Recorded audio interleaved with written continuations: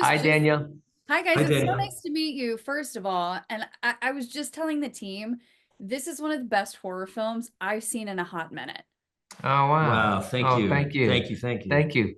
It is so good and so unique. And, I want to start talking about just the look of the film first, because the richness and the color and the texture of the film was just beautiful. And I mean, I haven't seen a film like this in a while. And so I wanted to chat with you guys to kick things off, just talking about why you decided to do that and to lean into that look. We were watching a lot of movies together for the months leading up to shooting this, and even before I'd even written the script, when we were just film friends who would talk about movies, we talked about how so many of the films we were watching now were sort of pastels and or either really bleak and dark, and we really liked the primary color movie that doesn't seem as common anymore.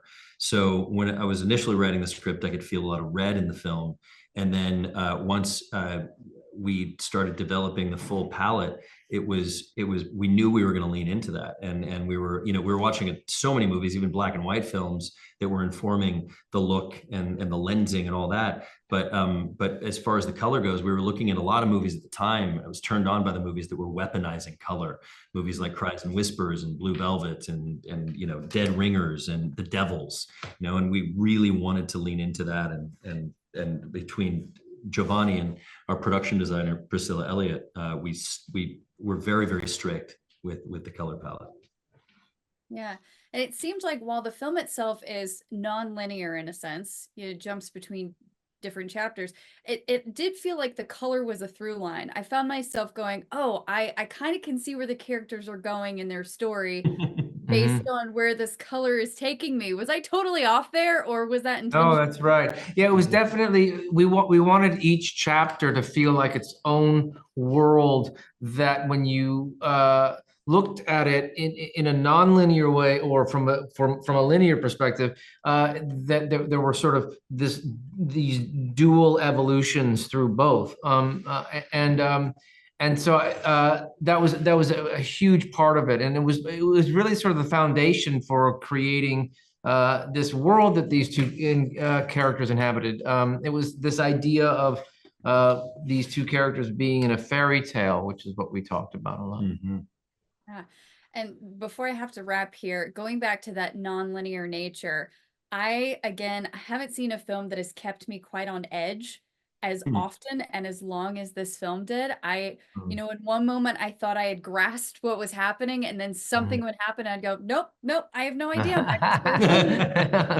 When you were writing the film, did you write it in a linear sense and then go back and reconfigure the story for us as viewers? No, the story came to me in the same order that you were able to experience it.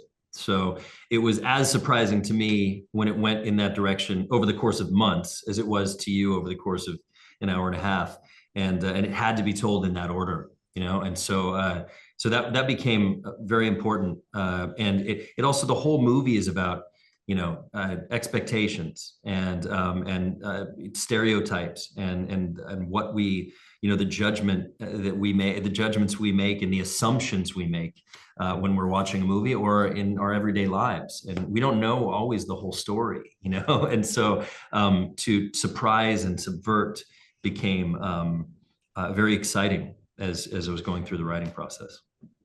Well, I wish I had more time to talk to you both, because this was truly a treat. With as many Oh, movies as I Thank watched, you. this was such a treat. So thank you for that experience.